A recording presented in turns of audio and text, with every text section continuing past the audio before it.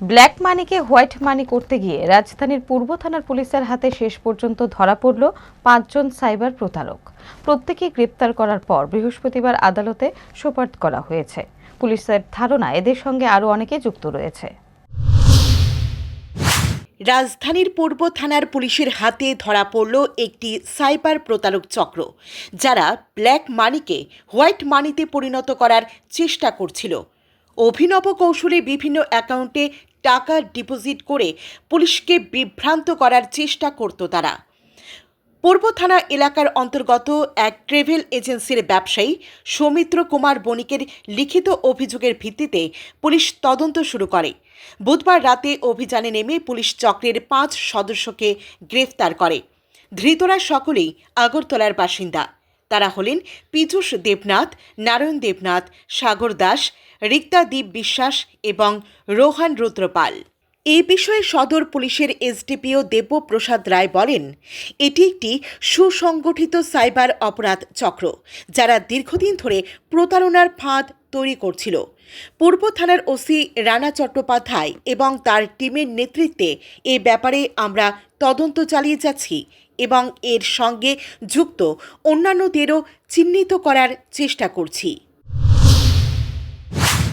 যে ওরা বিভিন্ন জায়গা থেকে এভাবে ফ্রড করে যে টাকাগুলি রোজগার করে বা আনে এদের অ্যাকাউন্টে, এনে এগুলি বিভিন্ন এই ধরনের ট্রাভেলিং এজেন্সি হোক, মানে যেটাকে আমরা বলি না, এটাকে হোয়াইট করার জন্য ওরা ওই টাকাগুলিকে ওদের অ্যাকাউন্টে ঢুকিয়ে আবার এদের অ্যাকাউন্ট থেকে বার করে এটাকে হোয়াইট করে নেয়, মানে যাতে বোঝা না যায় এই টাকাটা কোত্থেকে এসছে।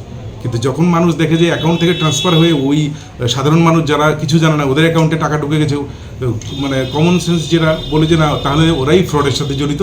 তো অ্যাকর্ডিংলি এই সৌমিত্র কুমার বণিক ওনার অ্যাকাউন্টটা এই কারণেই তামিলনাড়ু পুলিশও ফ্রিজ করে দেয়। কিন্তু বাস্তবটা খুঁজতে গিয়ে যখন এই সমস্ত নেটওয়ার্ক বার করা হয়, বার করতে গিয়ে টোটাল ৫ জনকে জিজ্ঞাসাবাদ এবং পরবর্তী সময় তাদেরকে অ্যারেস্ট করা হয়। এতে সবাই এইভাবে ফ্রড করে, সাইবার ফ্রড করে করে টাকা রোজগার করে, মানে টাকা আর্ন করে এবং এগুলিকে বিভিন্নভাবে এগুলিকে হোয়াইট করে অন্যান্য অ্যাকাউন্টে ঢুকিয়ে ভুলবশত বলে এসব বলে টাকাটা ফেরত এনে ওরা ওই ক্রাইম থেকে নিজেদেরকে প্রাথমিকভাবে বাঁচিয়ে, মানে প্রাথমিকভাবে সেভ করে নেয় নিজেদেরকে।